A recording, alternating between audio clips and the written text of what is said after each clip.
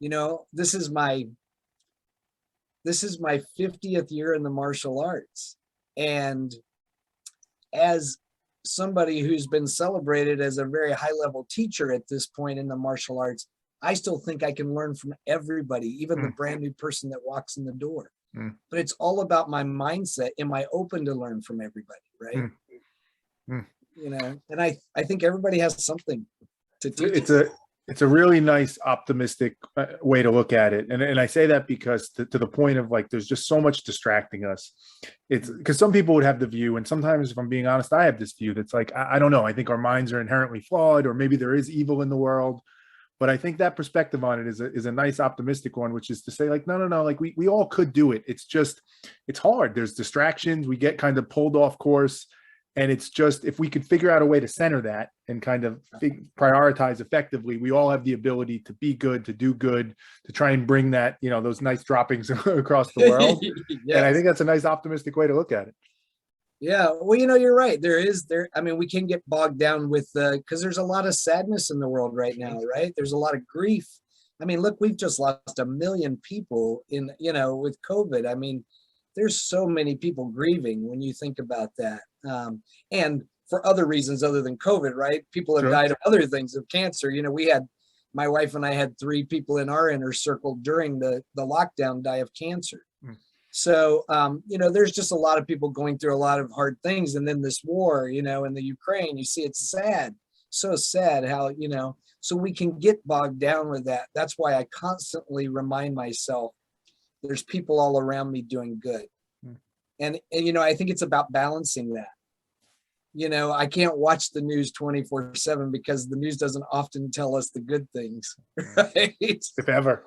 Yeah, exactly. So it's that, I call it it's the Shihan. The word Shihan in the martial arts means master teacher or teacher of teachers, translated, exactly, teacher of teachers. It's a higher level. Everybody's heard of sensei, but a lot of people haven't heard of Shihan. And the master class is balancing everything in life, right? That's what that is. So I have to ask, the martial art, which martial arts do you do? Well, I have a 4th degree black belt or above in 17 different arts. Oh, but wow. my core art, I was that kid, you had to kick out the dojo. I just loved to learn. So I kept, and to me, there's strengths and weaknesses of every art. So they complement each other. One fills the hole of the other one.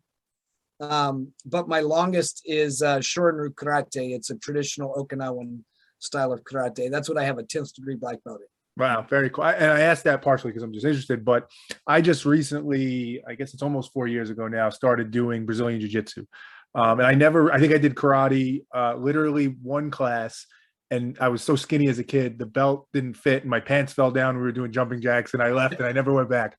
But I ask because I've found that I hear this from a lot of people, the impact martial arts has on our lives, not just obviously the skills you learn, but broader than that. Much of the things you're talking about, how much of a role do you think that played in you developing into the mindset you have today? Oh, tremendous role. I call the martial arts my soulmate. I literally, when I was a little kid, my mom, just to give you a short, little thing about where I come from, my mom is on her 11th marriage today and was married 5 times by the time she was 25, and she had me at 16. So it was a bit of a, we were moved around a lot, right? Bit of a revolving door. And so not much stability. So my martial arts family was the positive place for me to be, and that stability. And it gave me just an amazing foundation. It was great. Yeah. I'm curious too. I debate this. So I have a son. I have an 8-year-old son, and he's gotten into jiu-jitsu a little bit. He's done karate. And one of the things I think about, so I think there's lots of benefits to it, exactly like we're talking about, but I'm curious, how much of it for you was pure, like direct confidence of, I can protect myself if I need to? Because I found that for myself, right? When I've started doing this podcast and some of the journey I've been on, I've started to be a lot more self-reflective about myself. And when I think about my younger years, I think a lot of the anxiety, insecurity, different things I had, maybe not warranted, but in a very direct way, was like this fear of physical confrontation. And like, I can't protect myself. And you hear that people say this a lot. Oftentimes people that learn how to fight, just to use that term, they do it because they never want to fight. They want to know that they can be comfortable if they need to, but they never actually want to use it. How much of that was direct for you, where there was direct benefit of like having the knowledge that you can walk through the world with confidence that, you know, within reason you could protect yourself, that made a difference and cascaded into other areas? It makes a huge difference in your confidence level for sure. And you're so right. The more knowledge I've gained, the less you want to have to use it, because you realize this could really cause some damage, and I don't want to have to do that to anybody. You know, it's different than competing in a tournament. When you're on the street, nobody's wearing gloves, and you know somebody's going to have a bad day. Yeah, that's a nice way to put it. Yeah. You know? And I don't want to ever have to do that. Now, I have had to do it before. I've been a professional bodyguard, and I've had to use it in that arena.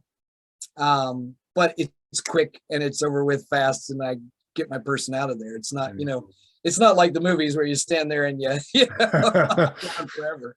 I was on the U.S. karate team for years, so I had a lot of like heavy, you know, competition. And in fact, I didn't retire until I was 39 from competition. At that time, I was the oldest one on the U.S. karate team. They called me the grandparent. And, you know, these 18-year-old kids are calling me the grandparent. And I won 2 medals in the world championships at 39. And I looked at my watch and I said, you know, this would probably be a good time to retire. Go out on top. Yeah, exactly. Yeah. You know? That's awesome. That's awesome. But yeah, it makes so much difference in your confidence level. Yeah. And, you know, I also I had a passion to teach other people how to protect themselves. And I've done that all over the world, literally. You know, one of my mom's marriages, her second husband beat her, and I was too little to do anything to protect her. I saw that. And I was, you know, I was a little kid. I was like 5, you know. I couldn't do anything to protect her. And I've never forgotten that feeling of not being able to protect my loved one, you know. It's awful. Not much worse. So, not much worse than that. No, there isn't, you know. And so it's always been a big thing, you know, for me to go out and empower other people with the knowledge to be able to take care of themselves.